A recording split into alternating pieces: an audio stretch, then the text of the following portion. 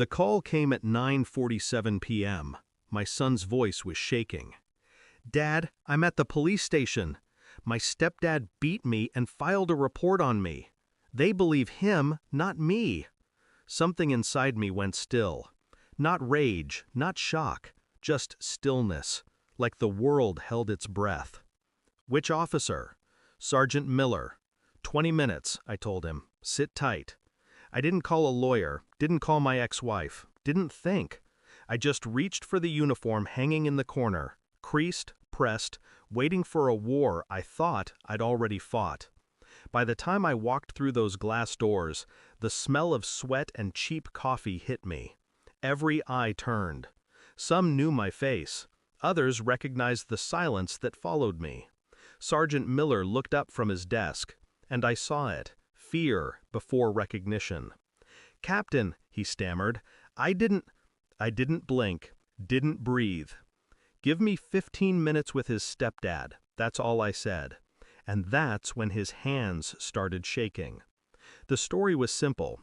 My ex-wife remarried, a man who smiled too easily, the kind who laughs just loud enough to hide something.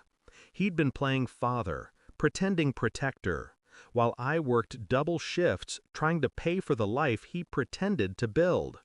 Now he was accusing my son of assaulting him.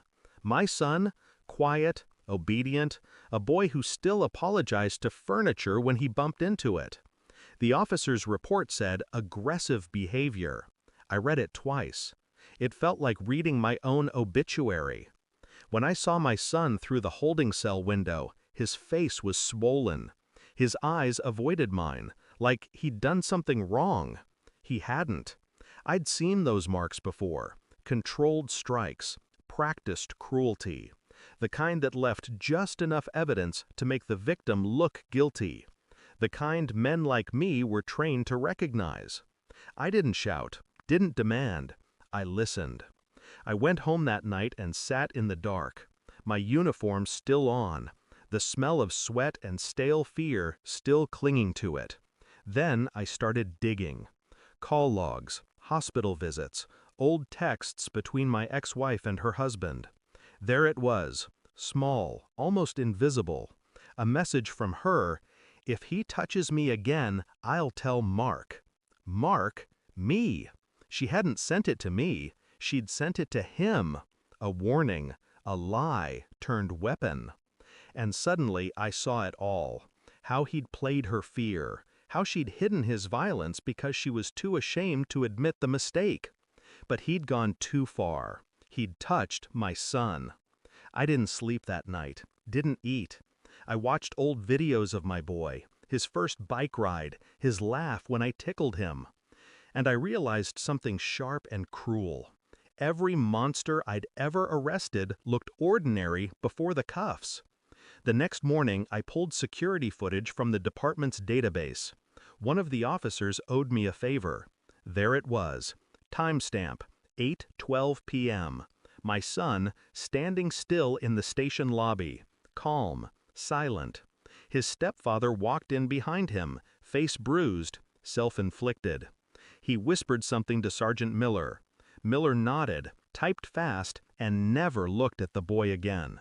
My son wasn't violent. He was framed by his stepfather and protected by a cop who'd sold his spine for convenience. When I walked into Miller's office the next day, I set the footage on his desk. He didn't even look at it. "Captain, I didn't—" "You did." He didn't move, didn't breathe. His hands trembled as the screen replayed the truth in silence. I didn't raise my voice, didn't threaten. Just let the truth rot the air between us. That night, I visited my ex-wife's house. Her husband opened the door with that same smug smirk. It disappeared when he saw me in uniform. "Mark, look." "I know," I said quietly. "You hit my son. You lied. You made him the monster you are." His throat tightened. He reached for words that wouldn't come. I handed him a folder. Photographs, footage, reports. "This goes to Internal Affairs tomorrow morning. But I thought you should see what your life looks like ending." He opened it.